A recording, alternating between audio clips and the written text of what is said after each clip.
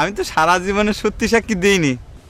ঠিক আছে, তাহলে একটু মিথ্যে জুড়ে দিবেন, কবেন যে ওই আসমানের সন্তান আছে আমার পেটে। চিন্তা করে দেখো, আমার ক্ষেত নষ্ট করে আবার আমার রাখালের ধরে মারে। হ্যাঁ, ডিসি মামলা ঠুকে ওয়ারেন্ট জারি করে আইছি, এখন খালি ওই মাজায় দড়ি বাঁধাটা বাকি। চাচা, হ্যাঁ সত্য হলো আপনার প্রতিবেশী এই যে করছিলাম যে মামলা মোকদ্দমার লাইনে না গিয়ে যদি আপোষের লাইনে চলে যেতেন ভালো হতো না। বাপুরে, প্রতিবেশী যদি জাতের না হয় তার সঙ্গে কিসের আপোষ? হ্যাঁ, এখন আইনের মাধ্যমে শিক্ষা দিচ্ছি, সেইটাই ভালো।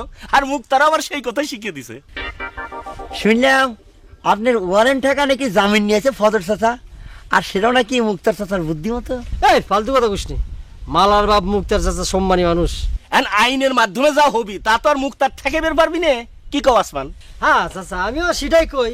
তা চাচা, হ্যাঁ, এই মামলা মোকদ্দমা করতে গিয়ে যে অনেক টাকা পয়সা খসে গিয়েছে না?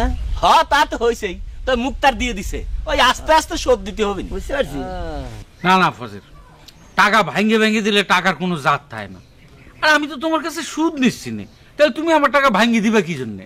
ওরে যা, এত টাকা আমি একসাথে শোধ দেব না কেবা হইরা?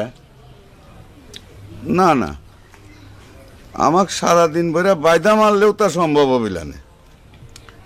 টাকা শোধ দেওয়ার মেলা উপায় আছে, একটু মাথা কাটাও, বুদ্ধি পাওয়া যাবে না। কি করছেন এসব?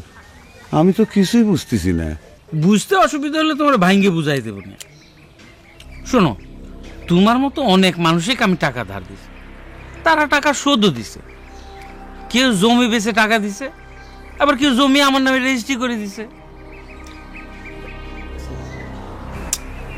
তোমার কাছে টাকার জন্য টাকাটা দিচ্ছে কিনা, আগে তোমার ওয়ারেন্টের ফয়সালাটা হয়ে নেই। আরো কত টাকা লাগে তার তো কোনো ঠিক নেই।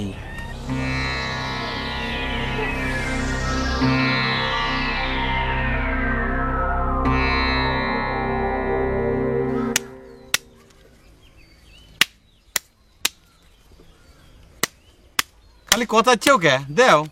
ওরা আসুক। আরে আসার আগে দুই পাট খেলি, নিশা উঠে গেছে বুঝো না, দাও। খেলবে।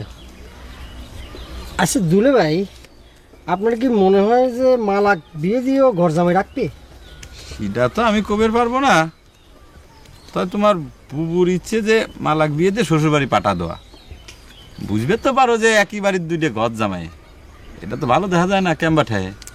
তা অবশ্য আপনার নিজের কথাই কইছেন। আচ্ছা, এই সম্পর্কে মালার মতামতটা কি জানতে পারি? সেটা আমাকে জিজ্ঞেস করতেছে ওকে, তোমরা গিয়ে মালাক সে কথা জিজ্ঞেস করো।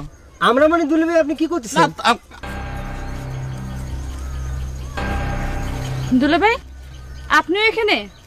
ভালোই হলো, আমার একজন সাক্ষী দরকার ছিল, আপনাকে পাই গেলাম। সাক্ষী? হ্যাঁ, কি সাক্ষী দেওয়া লাগবে কস্তুরী? আমি গলায় দড়ি দেব,